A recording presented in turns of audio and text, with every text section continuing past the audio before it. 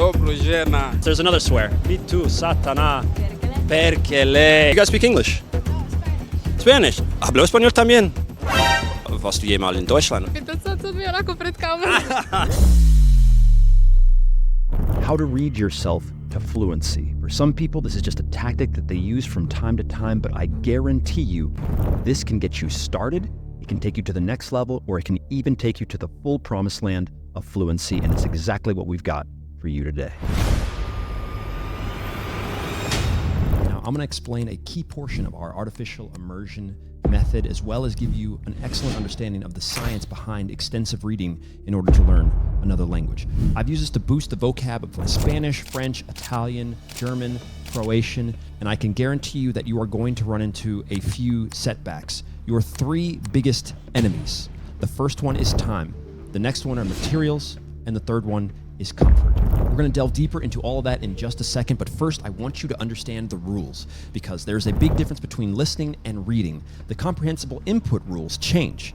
Now, the percentage of the content of what you're looking at, listening to, reading, it's all different. Now, when you're listening to a subject, you've probably heard people explain that you want to listen to any content that allows you to understand 70, 80, 90% of the material. That changes with reading. So hold on to that for a second and meet a good friend of mine, Dr. Diane Neubauer. Diane is the clinical assistant professor of multilingual education at the University of Louisville. She got her PhD from the University of Iowa in teaching and learning a foreign language and ESL education. She's also an incredible Chinese teacher. Now, we interviewed Diane, so take a second to just look at how you can utilize reading in the best way.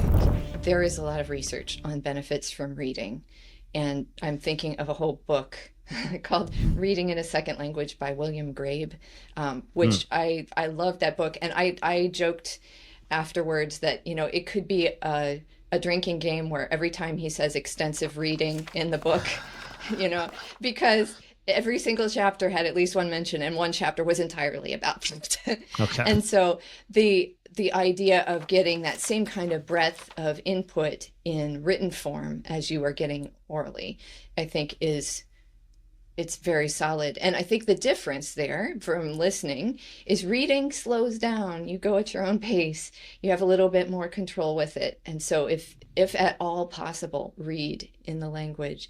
I think regardless of the language, it's going to be helpful and very powerful if you read texts, again, that are written at a level that is close to what you already can understand extremely well, with just a little bit of new stuff in there, so that it's not demotivating, but also so your brain is able to pick up a little bit. And that, like in the William Grabe book and research on extensive reading, it's 98% familiar words in a text, which is way higher than most people think.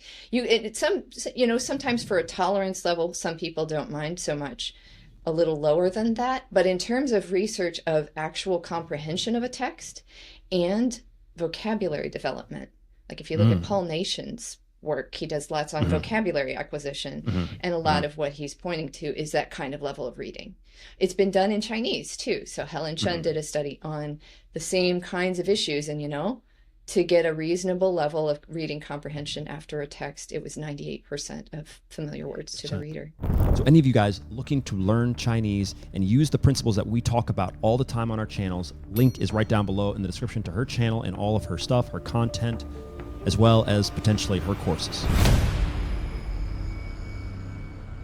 If possible, graded readers are going to be some of the best materials you can find in order to increase your vocab. The reason for this is because of some very good science on how many times we need to see a word before it's etched into our memory. You're straight up going to have to read a lot, but it's an amazing thing to watch as you get this word at you from all different angles in a way that you can't necessarily do from a movie or a conversation. It's an amazing thing to witness and feel as you know that your brain is now starting to recognize this word in different situations, and you will have a confidence that you have never truly had. That's the beauty of using this method, but there's also a bit we can do with technology to boost us further.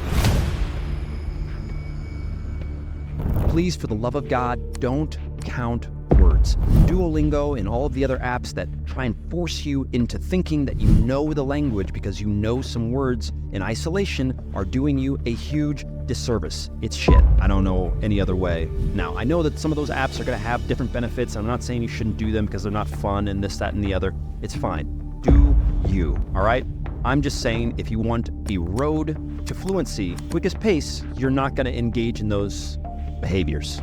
Now, you may think that I'm against technology, and I'm not, because ChatGPT is a tremendous tool for you to use as long as you know how to use it and understand that it can be wrong at times. If you haven't seen our 7-day language challenge and you want a bit more information on how to increase your vocab using ChatGPT, the link is right down below in the description, or you can just check out the videos right here on the channel. But of course, you won't get the materials that are attached to that. It's free, completely free for 7 days.